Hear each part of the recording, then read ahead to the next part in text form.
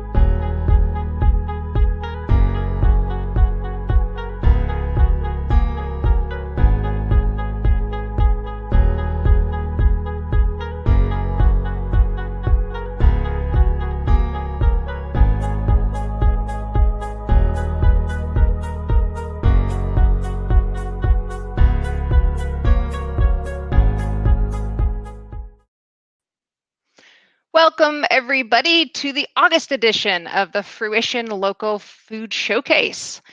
Tonight, we've got some amazing prizes, from gift certificates for meats and fresh local items to baskets full of vegetables and fresh flower bouquets.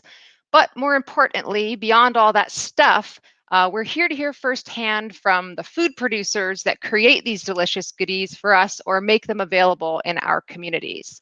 So CCE started this monthly broadcast this May, and there's 4 more to go throughout the year. So you can join us on the third Wednesday of every month, 7 to 8 p.m. And we're going to bring new folks on, and you'll hear from them in live one-on-one interviews, which is pretty cool. So tonight we've got 3 guests, and every month you have the opportunity to tune in to hear from 3 new farmers or food entrepreneurs. So I host these programs with the support of our Ag and Food Systems team here at Cornell Cooperative Extension of St. Lawrence County. We're going to share lots of photos throughout the program, and these are actually taken through our Farm to Table initiative here at the local cooperative extension. And so before we dive in, I do want to ask you this. What does it take to care deeply, to really care deeply about a topic? I'm talking about a level of caring that brings us beyond our minds and into the world of action. So with food, we have a new chance every single day to make that decision, which is both a challenge and an opportunity. On one hand, each day brings a chance to support our local economy when we make a purchase. And on the other hand, that means we have to make that decision every single day, which is a tall order. So it's easy to hop on the wagon or fall off the wagon, as the case may be. So buying sweet corn on the roadside stand is lovely, but what does it take to keep making that choice day in and day out, or year in and year out, as the case may be? And I think that part of that answer lies in developing a new level of connection with our producers. Perhaps you're moved by their story or their mission. Perhaps you really appreciate their growing practices, or maybe it's just really convenient and the price is right. So this Fruition program here is to bridge some of those possible divides, and we want to make it easier to make that connections with the farmers and the food producers and the chefs and all the folks that are working so passionately to better our community. We've got 3 great interviews to come, 3 great prizes that follow. First, we'll talk with John Anson of Our Little Groove, a new farm in Herman. Then we'll jump over to Potsdam and talk with the general manager, Andy Pete, of the Potsdam Food Co-op. And we'll close out the program with Joe Eisel of Northern Limits Farm in Canton. So it's a great cast, but I don't want to forget about the prizes. So let's get my coworker Lauren in here to tell us a little bit more about them. Hey, Lauren. Hi, Flip. So what are the prizes tonight? Well, we've got prizes to please everyone's tastes tonight, I think. Well, first off, we will be giving away a basket of fresh vegetables from Our Little Groove, along with one of their beautiful bouquets. And then second, we will have a $20 gift certificate to the Potsdam Food Co-op, along with a colorful t-shirt of theirs. And lastly, we will be giving away a $50 gift certificate to Northern Limits Farm to purchase some of their pasture finished beef cuts. Awesome. So we know what the prizes are, and how do folks get signed up for a free chance to win? Yep. So to enter for a chance to win some of these great prizes tonight, you can click the link below in the comments, and I'll be sharing that throughout. It's up there right now. And by clicking the link and filling out the prize form, you'll be signed up for our Fruition Local Foods blog and also entered for a chance to win. And if you've already filled out the form from previous showcases, be sure to enter again tonight and just check the appropriate box. Everyone watching gets a chance to win a prize tonight. Awesome. So it sounds like I'll see you in a few minutes after we talk with John and learn more about our little groove. Absolutely. Okay, so sign up, folks. Lauren popped the link in the chat, so sign up for a chance to win that. And so now we're excited to welcome John Anson. If you haven't heard of Our Little Groove, the farm is in its second growing season. So they're located in Herman, and co-owners Elizabeth Seeley and North Country native John Anson are on an exciting addition to the landscape here in the area. They have diversified vegetables, but they also grow cut flowers, which is pretty neat. And pretty much everyone could get around the fact that flowers are uplifting and a great addition to the community. So whether it's at the farmer's market or their roadside stand or online, you can buy their goodies in a range of ways. So let's hear directly from John. We'll get him in here. Hey there, John. Hi, Flip. How are you? I am good. How about you? I'm doing great, thanks. Awesome. So we want to know more about Our Little Groove. What are you up to over there in Herman these days? And tell us more about your business. Well, we're as you mentioned before, a cut flower farm primarily, but we do also grow a variety of vegetables. We try to focus mainly on superfood vegetables and unique varieties, as well as unique cut flower varieties as well. That's what we grow, and when we're growing, we're expanding and we're learning quite a bit as we grow. So we're expecting as time passes to diversify quite a bit as well. So this is your second growing season, is that right? Yes, it is. This is just our second. Yep. Awesome. So you've got a range of vegetables and lots of beautiful flowers. Where can folks find your products? We have, they're available on our website at ourlittlegroove.com. We also go to the farmers markets on Fridays in Canton. Typically, we go to the farmers market on Friday in Canton unless we have a wedding. We also do weddings as well. So those two places now, and then also we just began a relationship with Nature Storehouse, and we were there today all day. So it's either online on our website, through our stand or the farmers market, or now, moving forward, hopefully with Nature Storehouse as well. Yeah, so that's exciting. So at Nature's in Canton, folks will be able to buy arrangements, bouquets there? We just started today. It was our kind of trial run. So we were there all day today. We had a stand set up with pre-made bouquets and some stems as well, and some plants. We do also have our greenhouse license, so we are a greenhouse. And we're looking to do something consistently with them, yes. So I got to ask, I mean, obviously people want to know about the vegetables and the flowers, but we also want to know about the name, John. Tell us how you got your farm name. The name was, we pretty much stole from a song. We started, our farm is just 2 years old. So, part of the story behind the name is, part of why we decided to begin farming. Both Elizabeth and I were between careers and kind of figuring out what we wanted to really do, what our passion was, where our hearts really lied.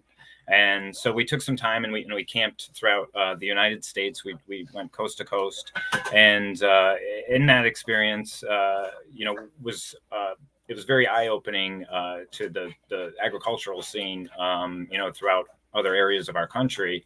And that's kind of what spurred us in that direction. But the name is from a country song where they say we've got our own little groove, and we just flipped it into a pun, and it's always brings a smile to our face when the song comes on. Oh, well, we have to check out that song then. Now I know. I would not have ever guessed that, so I'm glad that I asked. That's Yeah, I'm pretty trying to cool. remember the artist, but for whatever reason, it's I'm drawing a blank right now.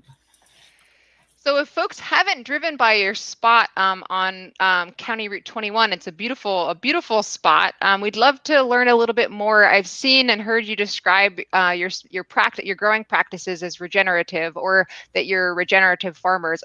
Tell us more about what that means to you. Sure. It's regenerative farming is, I think, a relatively new term that people are beginning to hear throughout agriculture, and a bit more mainstream now as well. There's no certification program. There actually is one certification program through Rodale Institute, partnered with Patagonia and a couple other folks to do an organic regenerative certification program. So there's guidelines, that they have associated with that, which would be probably the most formal type of really kind of specific guidelines, perhaps you might call it, associated with that. But regenerative farming is a pretty loose term. It focuses on three primary things, which is soil health and growth, animal welfare, and social fairness, which is kind of goes hand in hand with permaculture. And those are the three pillars that Rodale is using for their certification, organic regenerative certification, and they're kind of what we have mirrored our practices behind as well. We haven't expanded into animals yet, just because we're just in our second year, and there's a lot of learning that needs to be done, but that is our intent. So it's something that takes place over time, but it's working with nature. It's working in conjunction with nature, and promoting a symbiotic relationship in our agricultural practices that don't basically leave the soil less fertile than the way that it was found, so that we can begin to regrow the years of damage that have been caused, due to some less desirable agricultural practices for that purpose. So it almost sounds like for you, you're using the term to kind of combine organic agriculture with permaculture, but also kind of adding in the triple bottom line of kind of keeping in mind the humans, the soil, but also being able to have a business and continue to sustain yourself through that. Does that sound more or less accurate? That's exactly, and that's that's the ultimate goal, is to do something that we're passionate about, that we feel leaves a positive impact on the environment and the earth, and through flowers, it's wonderful, because not only you get to share the joy that they bring to the world as well, and to the bee population, and all the components that are involved in that ecosystem. Since we've been growing and using these practices, we've seen several new species of insects, of reptiles, of animals that have are active within our property now. So it feels good to begin to see that whole system begin to come together, and that's what it's ultimately about. Is with that value that's brought with growing our soil, we hope that the economics can connect on the product. So I'm curious. I can't decide actually, John, which question to ask you. So you could just, it'll be the opposite of dealer's choice. What is the opposite? Okay. So I'm curious kind of what's going well in the gardens these days, but also a little bit curious, like, how do you decide what to grow? You mentioned kind of unique varieties, so you could take your pick, whatever you like to talk about. Can I hit them both? Do I have enough time? Yeah, sure. Well, how we pick our varieties, floral varieties, are to stay current. The design element is extremely important. The aesthetic component is extremely important. So being able to, right now we're growing right around 100 varieties, which is extremely difficult as a two-person show. to be able to kind of test what we like and what grows well and what we like working with. But really, you know, it's a couple of different factors. It's you know, what if it can be we can do it with a perennial, let's do it with a perennial so we don't have to disturb the soil. You know, if it's a native plant, then that makes heck of a lot more sense. But beyond that, you know, we also have to bring a competitive array of products. Mm-hmm. Yeah, I accidentally got the dog in there as I jumped the gun on the dog. It seems like you grow a lot of very cute dogs out there, but we'll get to that. We'll get to that in a little bit. I've got one right here. Oh yes, that is the dog. I guess it's always better to see the dog in person. Yes, those dogs do get a lot of love. If your soil gets as much love as your dogs, I feel like you've got something going on out there. So that's good. So you mentioned that you newly formed a relationship with Nature's to have bouquets there. Tell us more about some of the other ways that you collaborate with other local producers or businesses in the community. We've discussed a number of different opportunities that will hopefully begin to move us into other seasons as well. Right now, just simply due to the volume of learning and physical requirements that we have with doing weddings, it doesn't leave a lot of opportunity to be able to proactively seek out new business.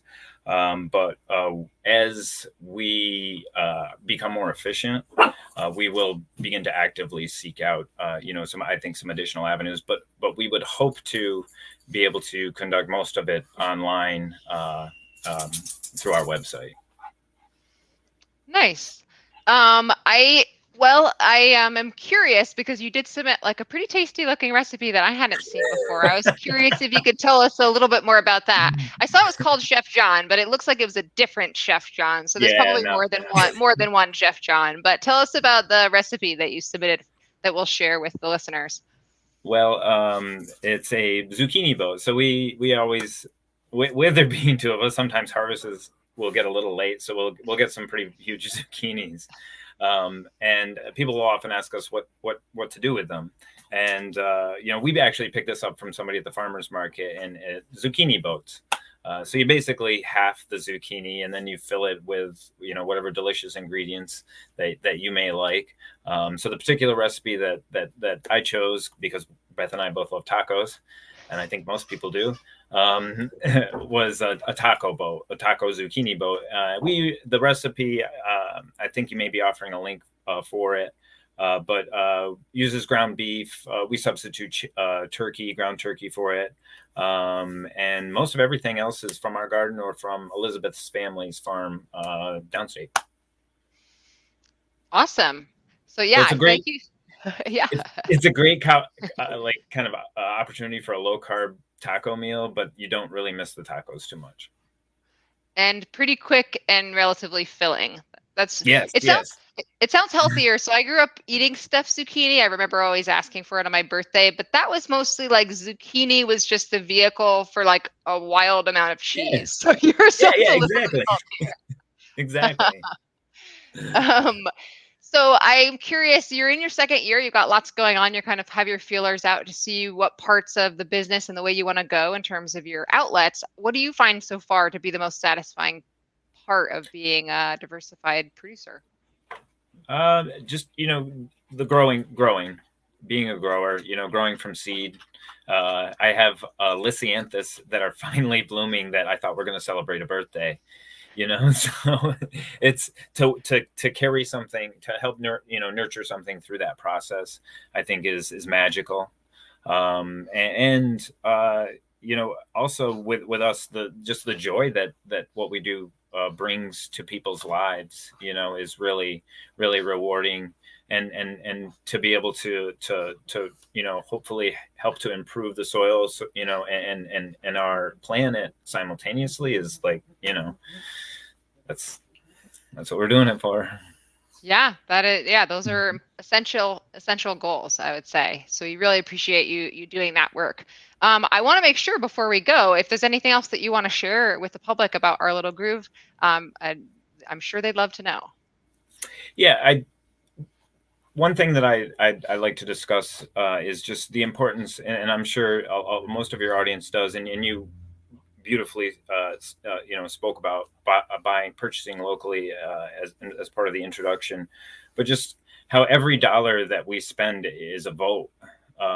It's a vote for the agricultural methods that are being used. It's a vote for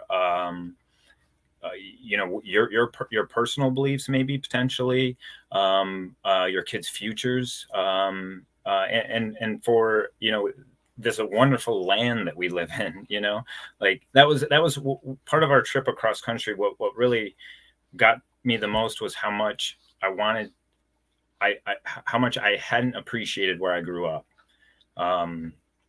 It's amazing here, and we want this for our kids and for our grandkids, and that's part of what buying local I think provides. There's just so many other positives that people don't realize. Yes, it employs people. Yes, it helps to create a better sense of community.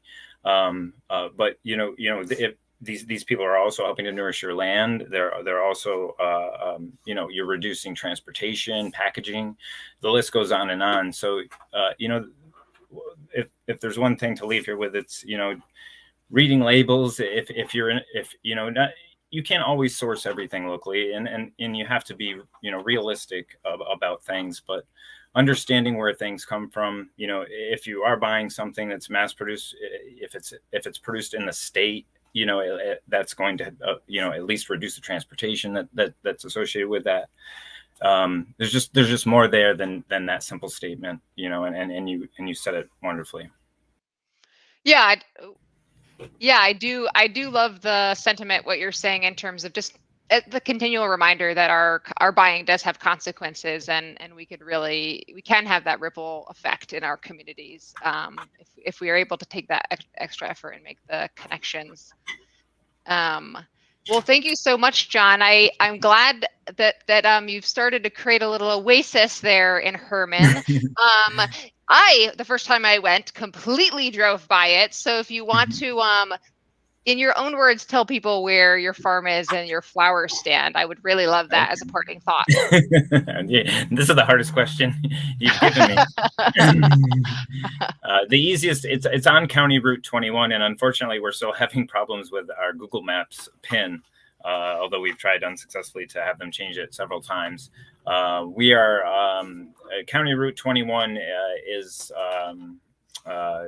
easily, you can find it easily on Google, but it's about 7 miles outside of Canton.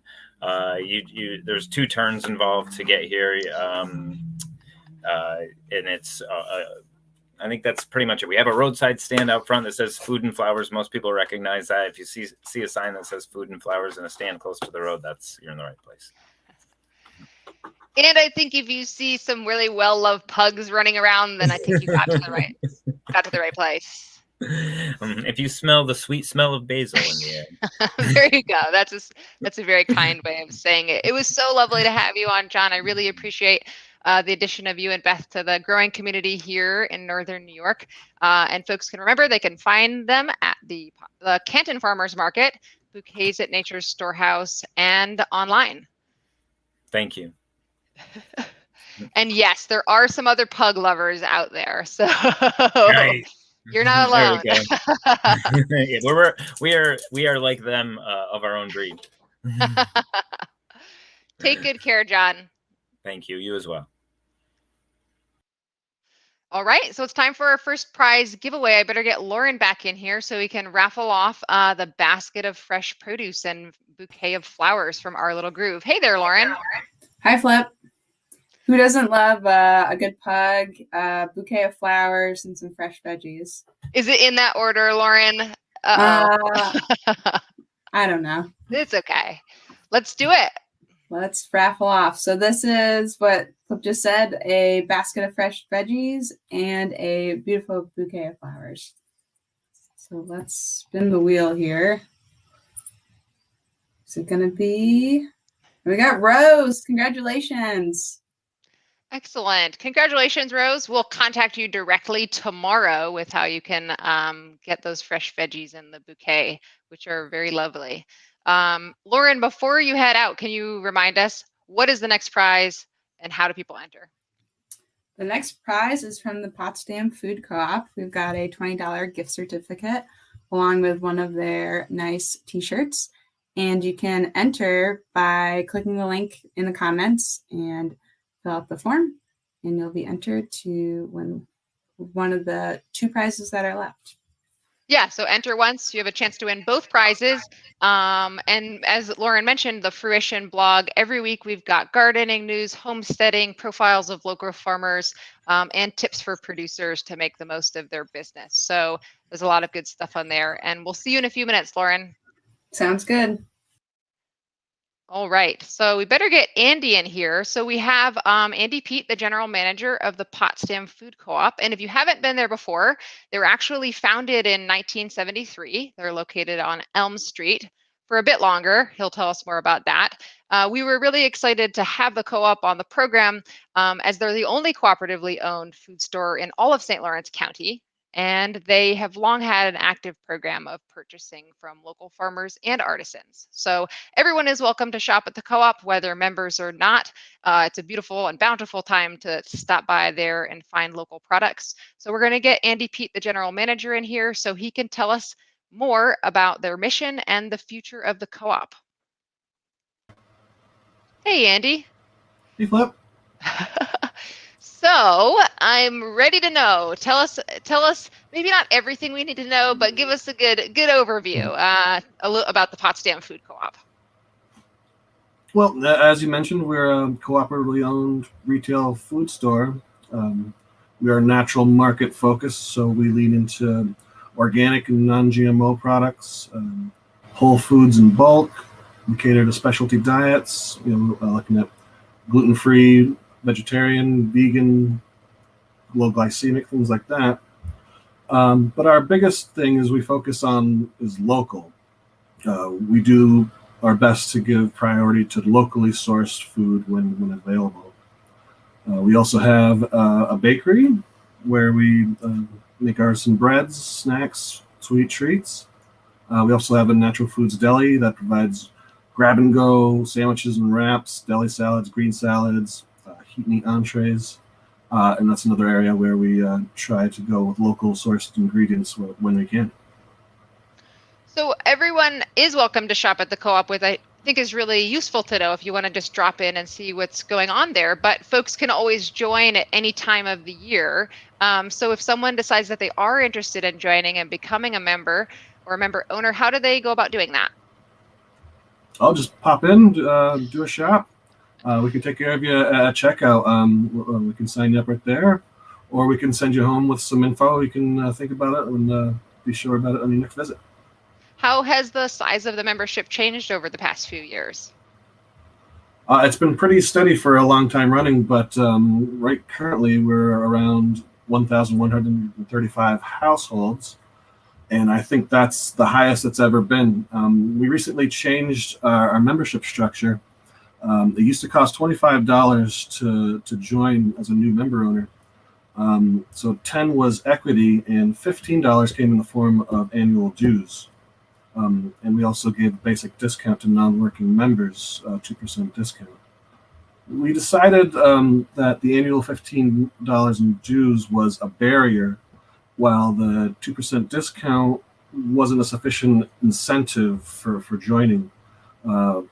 Since the amount that the co-op gave out in 2% discounts was about what we make in on those $15 dues, we just dropped them both, thus making new membership only cost $10 to join as a new member, and that is your $10 equity. Equity is your share in the business, and if you ever move away or choose not to renew your membership, you're entitled to have your shares paid back to you.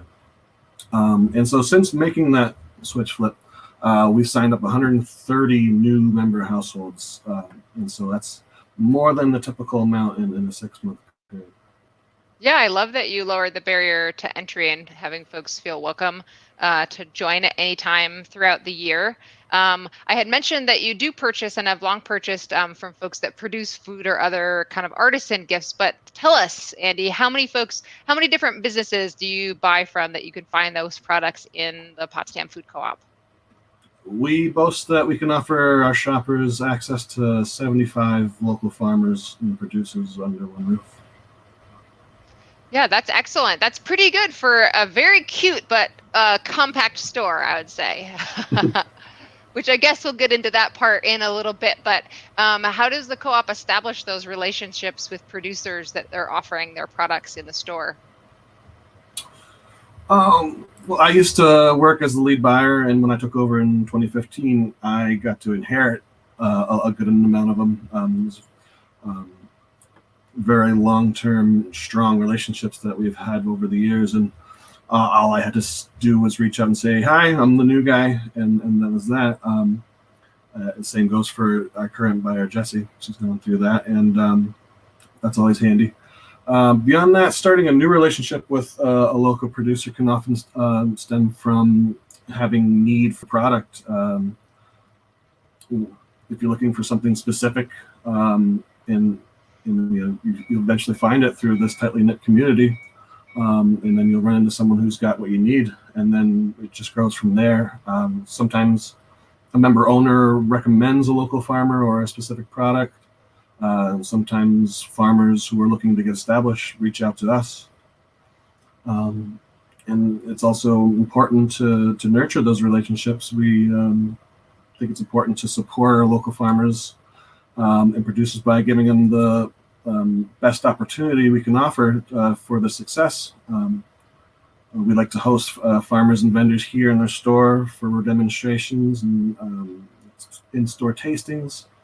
Every year we throw our annual open house where we invite several local farmers and vendors to meet and interact with our customers. It's a great promotion for them and the products that they carry in our store. And our customers really appreciate the opportunity to put a face to the name and the food that they enjoy. Yeah, I do definitely enjoy being a member, though sometimes I live in Canton and sometimes Potsdam feels a little bit far away, but sometimes it doesn't, and I'm over there. And I was really happy to see last time I was visiting the co-op that you all were doing the annual sourcing peaches from downstate New York and making those available to memberships. So I've got 2 bushels coming next week, so my work cut out for me.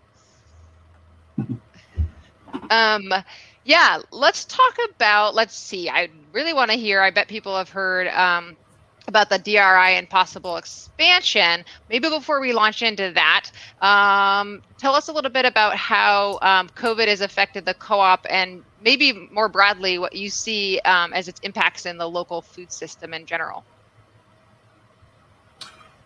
Well, last year we closed the co-op for in-store shopping and ran curbside only for about 3 months. And that was an interesting time where we had to kind of abandon our usual operation that we've been running for years and kind of come up with a new way of operating and all learning to do it on the fly.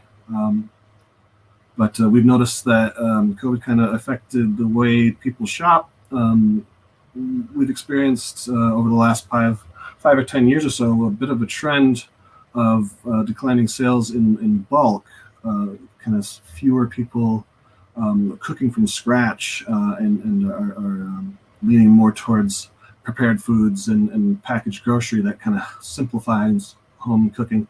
And then last year really bucked that trend. People weren't eating out and kind of went back to the basics of buying whole food ingredients and cooking from home. We sold so much bread yeast. And then also I'd point out the increase in home gardening. Last year's supplies ran out fast for our seedlings.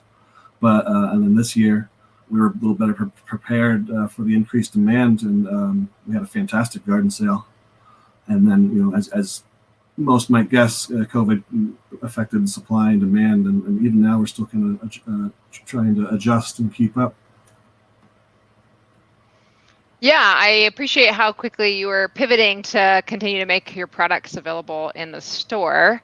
I want to make sure we have time. Let's tell us, so people have heard downtown DRI, downtown revitalization. What does it mean for the co-op and what's going on in the next couple of years?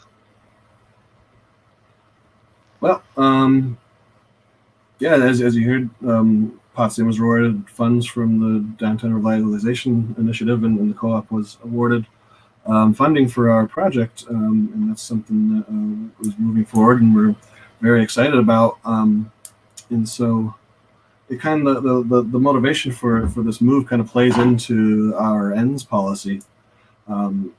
Basically, our ends policy describes what we want the world to look like because the existence of the co-op, and the co-op exists so that everyone in our community has reliable access to local, organic, and healthy food.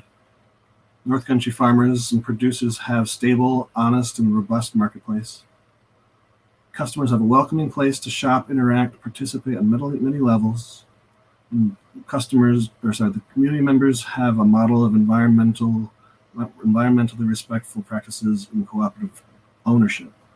So those 4 bullet points are what we look to and keeps us focused when we're making big decisions.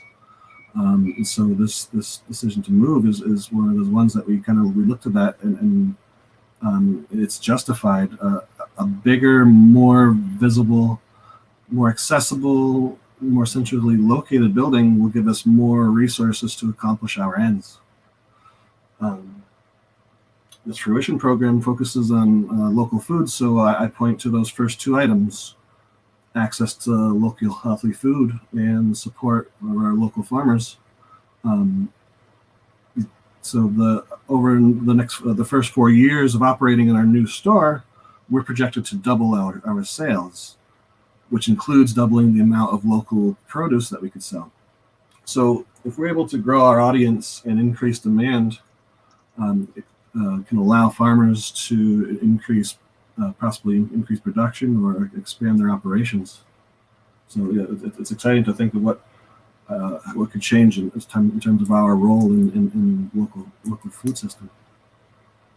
Well, I really appreciate you sharing that, Andy. Those are definitely lofty goals, but really important, as you mentioned, in terms of thinking about people that are putting their energy into producing food and trying to do it year in, year out as a livelihood, and having access to markets that are stable and expand their ability to reach the public and in a variety of ways. What's the timeline for the relocation for the Potsdam Food Co-op? Well, we are looking to acquire a building. We need to renovate and build. Still have a lot of fundraising to do. A good amount of that fundraising comes in the form of member loans. So we're really happy that our member owner base is excited and looking forward to being able to contribute. But it's a ways off. This could be a 3-year project.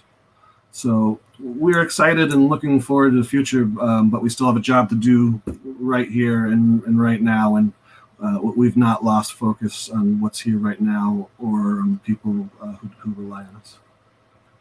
So you've got lots of balls in the air, it sounds like, for the next few years, but it will have some great impacts in the community. With all this going on, Andy, tell us what your favorite part is of being part of running the co-op or a small business, essentially. Well, the food is good. But for me, it's all about the people. There's no shortage of social interaction when you're here at the co-op.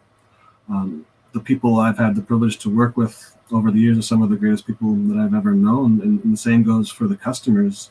I can't tell you what a privilege it is to run into regulars and have a chance to catch up. It's much more than what you would think of as a typical employee-customer relationship.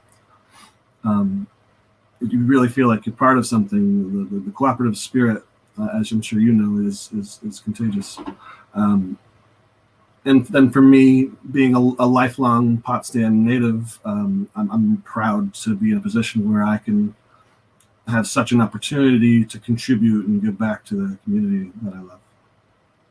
I didn't think of that, Andy. All three of our guests have New York State roots, if not St. Lawrence County, which is pretty cool. And another way of kind of that giving back community spirit. I certainly appreciate, we run a small farm as a CSA style, and I think there's definitely some overlap of, you're saying, getting to see the same people and getting to know them and rely on each other. And there's something really beautiful about that. You did mention the delicious food, so you probably better tell us about this recipe you submitted that we're going to share with our listeners. So it's a broccoli cheddar frittata, is that right? Yeah, this recipe comes from welcometothetable.coop. I'm glad to have a chance to put some eyes on this. This is our go-to source for recipes when we're trying to promote local produce as it moves through selection and season. Real simple way to we like to pop on there, print out recipes focused on stuff that we have in house and put them out and make them available to customers to just grab and take home. And hopefully it encourages them to go back to the shelf and pick out these ingredients. This one highlights the current offerings for local broccoli, onions, peppers, eggs, herbs. They're all currently available and in season. Even the cheddar cheese, you could buy that from Myers. That's a local cheese maker, or Cabot Creamery. They source milk from North Country dairies. And so we like, when recipes that we put out and put it in front of people, all of the ingredients are available here in the store.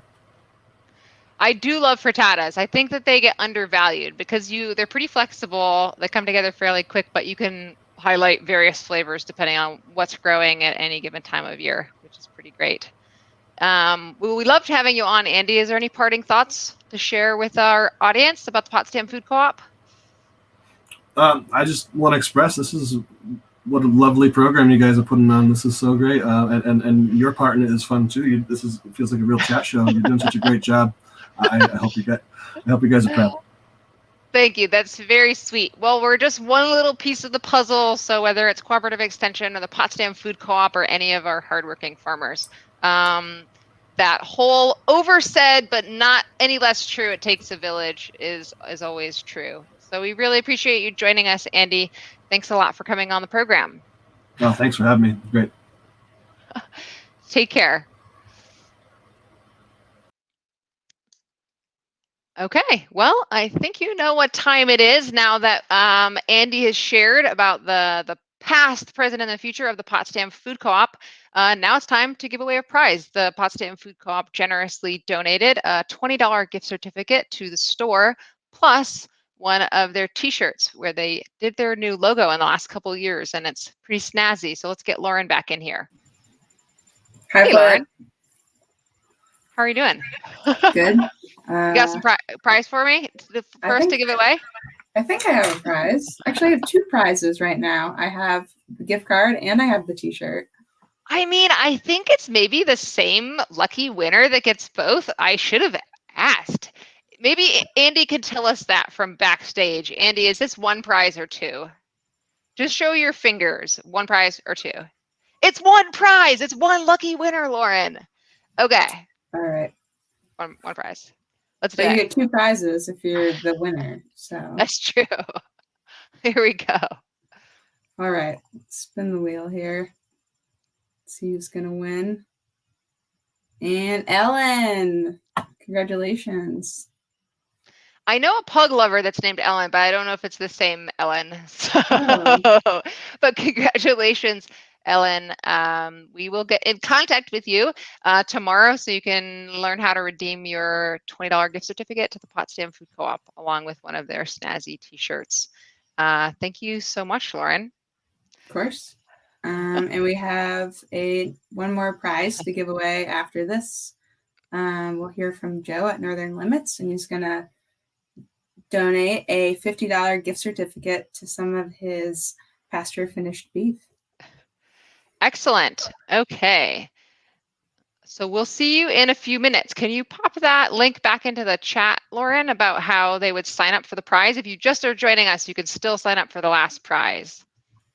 Yep. I will put it in the chat and just click on it and fill out the form, and you'll be entered for a chance to win the prize, and also entered for our local foods team blog. Awesome. So in just a moment, we're going to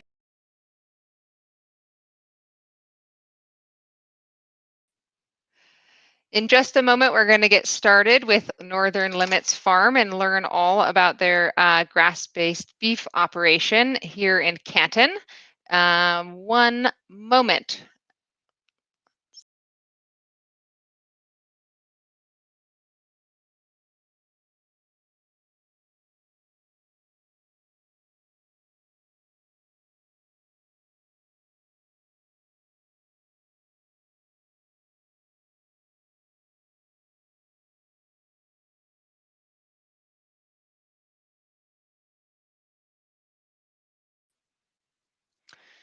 So Joe will be joining us in just a minute. So I wanted to introduce Northern Limits Farm. So if you haven't heard of them, they are located in Canton, New York. So actually, Joe Eisel and his wife, Amy Thompson, started Northern Limits Farm in 2006. So they actually moved to the North Country at that time and bought a beautiful piece of property on the Grass River, just outside Canton.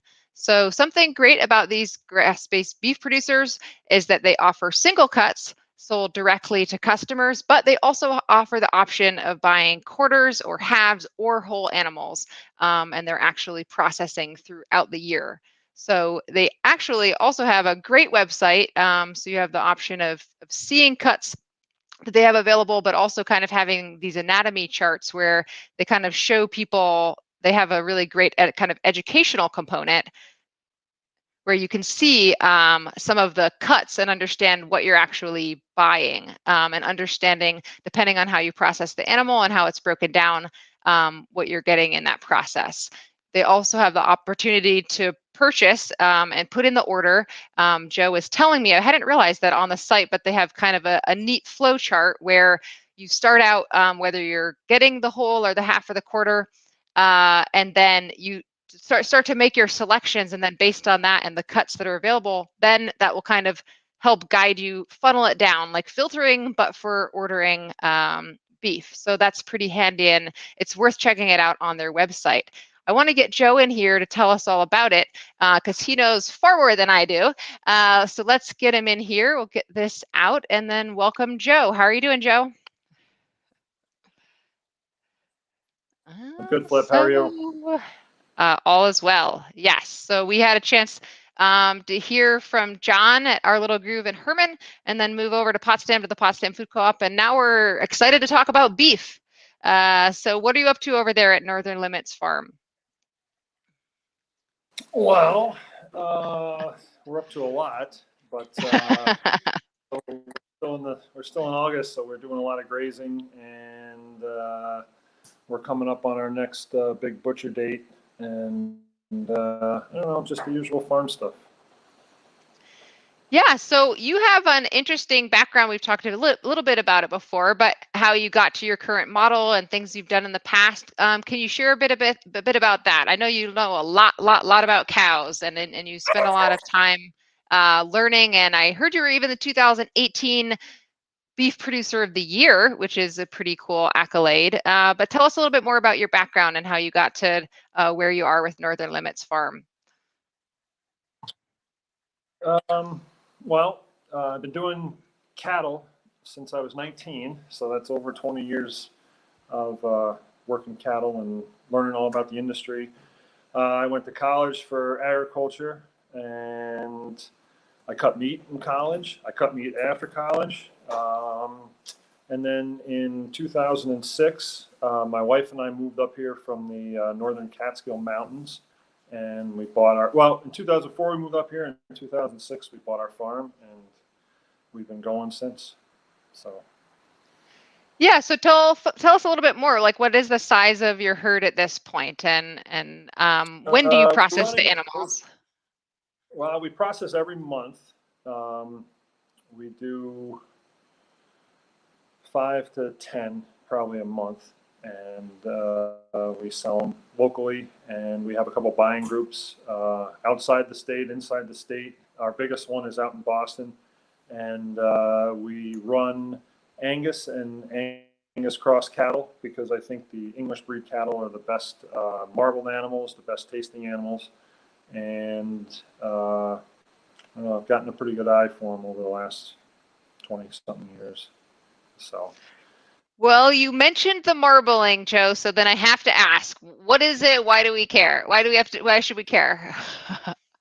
Well, the marbling is all about the taste. So as you said before, and Lauren said also, we're grass-based, but, and I have done 100% grass-fed cattle before, and I still do it here and there. But if you want a really, really good tasting steak, and if you want the maximum repeat business, I am a firm believer in marbling that steak up and getting it so it tastes absolutely wonderful. So when you're cooking it on the grill or in the oven or on the stovetop, that fat melts and it mixes in with the beef, and it's all about the flavor. So my biggest thing, so last year we did over 70 freezer beef animals locally, and I want it so that, and most of it's in quarters, halves, and wholes, because we do this big bulk buying thing. That's kind of the center of our business model. But I wanted it so that when you buy that quarter or half and you go down to your freezer and you're eating it, however many times a week, you look forward to going down to your freezer and picking out this delicious steak or burger. And I never want anybody to go down to their freezer and say, "Oh no, I got 6 more months of eating this tasteless, tough, meat." So we go for taste at the very end. So I have heard you mention about, just since you are a beef producer, and I don't get to say these terms that often, but I've heard you mention that carcass quality is really important to you. What does that mean, and how does it actually, what does that translate into in terms of how you're raising the animal? Well, we don't have any mother cows here. I used to run mother cows for a long time, and it was just too much. There was too many components of the business, and I buy all my calves as just weaned animals, and then we take them from there all the way up to finish. But when you're looking at those 400-pound calves that you're going to end up taking to 12, 13, 1,400 pounds when they're done, you got to find the right type animal. And like I said before, it's English breeds, Angus, Hereford, or Angus Hereford crosses is really, really what I like. They just put the fat on. There's 2 different kinds of fat. There's back fat, which is just kind of a waste, and then there's what's called intramuscular fat, which is the marbling. And you gotta find the right animals, for that maximum taste. And we try to grow them fast, finish them fast at the end, so they stay nice and young. And the combination of it, I guess in 97 I started this. So, in all these years, I feel like finally in the last 2 or 3 years, I've gotten this right. And we have a lot of repeat business. So, but I'm a stickler on the marbling and the carcass quality. So it sounds like people have the opportunity if they want to buy a quarter or a half or a whole, but then also if they just want to try the meat and see what they think, they can find you. Is it at the Potsdam Farmers Market? Yeah, we do a couple farmers markets. We're in Canton Tuesday and Friday. I just actually got back from Hammond a few minutes ago. We're in Hammond on Wednesday, and then we do the Potsdam market on Friday. We also sell cuts at the house here. We got a big walk-in freezer, and we sell out here. And like I said, though, the bulk of it is wholes, halves, and quarters. We're currently at $3.65 a pound based on the hanging weight, and that's across the board from hamburger all the way up to your filet mignons and your Delmonico's and all your real high-end steaks. So we like to sell in bulk. It's kind of like I think that there was an old term called cow pooling, when people would go in on this cow and they would save a bunch of money and they knew where it came from and how it was raised, and they didn't have to go to the grocery store. And that's kind of the model and I've always been, I don't know, very sentimental to that, I guess, for the last however long I've been doing it. So. Well, I'm glad to learn about that because I have been promoting carpooling, but I did not know about the cow pooling. So it's good to learn new things there. Oh, yeah. Yeah. So folks can order the quarters, halves, or wholes right on your website. And I was telling them a little bit about it, but it looked like you kind of did like a handy little flow chart that helped people understand if they select certain cuts on the animal, then that's affecting how their other cuts and what they're going to get out of the rest of it. So I found that really useful in looking at your website. Yeah, it's you can cut a carcass so many different ways, and especially if you're kind of new to this, you don't really know where to start. And we worked for quite a while to build this flow chart, and I'll just give you an example. Your loin section, which is where your T-bones come from, that T-bone, if you leave that T-bone in, you're going to have a T-bone steak. But if you split that T-bone out, the big side of it is the New York strip, and the small side is your tenderloin or your filet mignon. So this flow chart goes through and asks you how you want it. If you want it boneless, or if you want it boneless, it's going to divert you to the strip and the tenderloin, and if you want the bone in, it's going to move you on to the next primal section of the cow, as it's called. So it's very, very neat. You can just go through the flow chart, even if you're not going to buy that day, and you can actually learn a lot about where the meat comes from. And each part, when you're on it, there's an image of the cow, and it'll light up the region of the cow where that steak or roast is coming from. It's very cool. Yeah, I do find it very handy. And even though I have like a passing knowledge of animals, I certainly learn more about it and understanding how the cuts interact and what you're doing when you're making those processing decisions. You have talked a lot about cooking and flavor. So while we all have you on here, we need to know what your advice is about the best Yeah. way to cook a steak. Yeah. Maybe some people know this, but I don't ever cook a steak on a grill anymore. I just refuse to do it. Only thing I'll cook on a grill is hamburger anymore. And I'll tell you why. If you ever wondered how they get these steaks so absolutely delicious in the restaurants, and I recommend this to everybody, you take a cast iron skillet and you heat it up until it's smoking. Take your steak, cover it in some kind of oil, avocado, olive oil, whatever, and salt and pepper it very, very generously. Take that steak and slap it on that cast iron and leave it there for 2 minutes. And even if you think it's burning and you just want to grab it and take it off, don't do it. Just leave it. At the end of the 2 minutes, do the same to the other side. Flip it, let that go for 2 minutes, and then take a nice big healthy pat of butter and put it right on top and slide it into a 450-degree oven.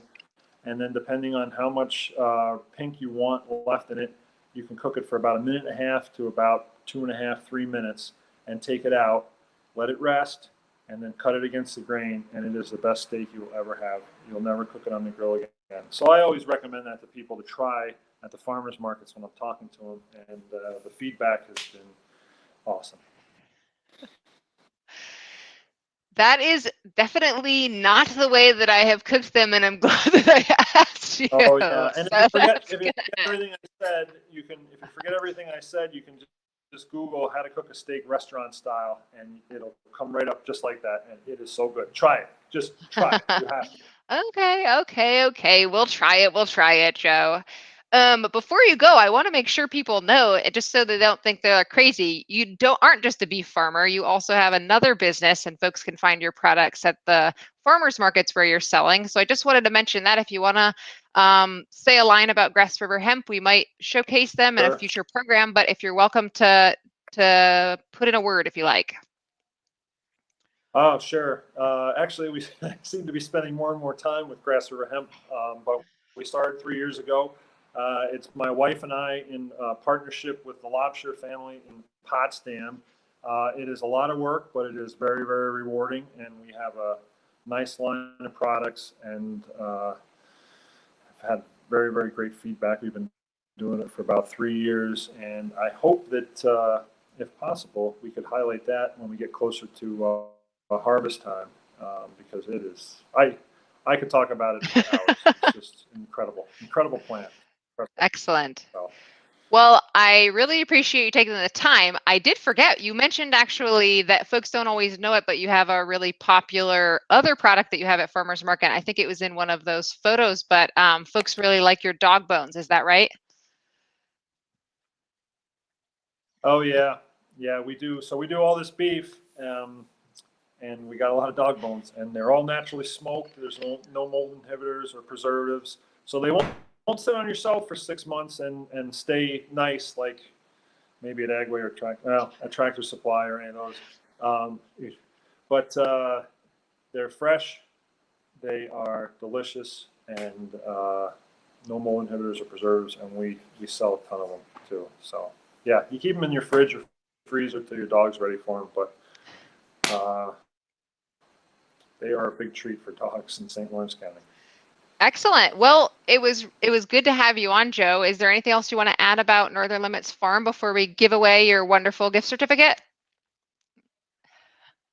I don't know. Stop down at the market. I will talk beef all day long too.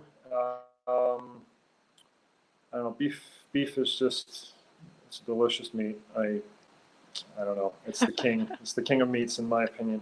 And I've been doing it a long time.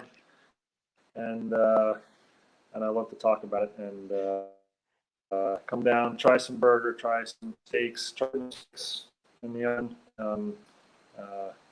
Yeah, I love everything about the beef business. So.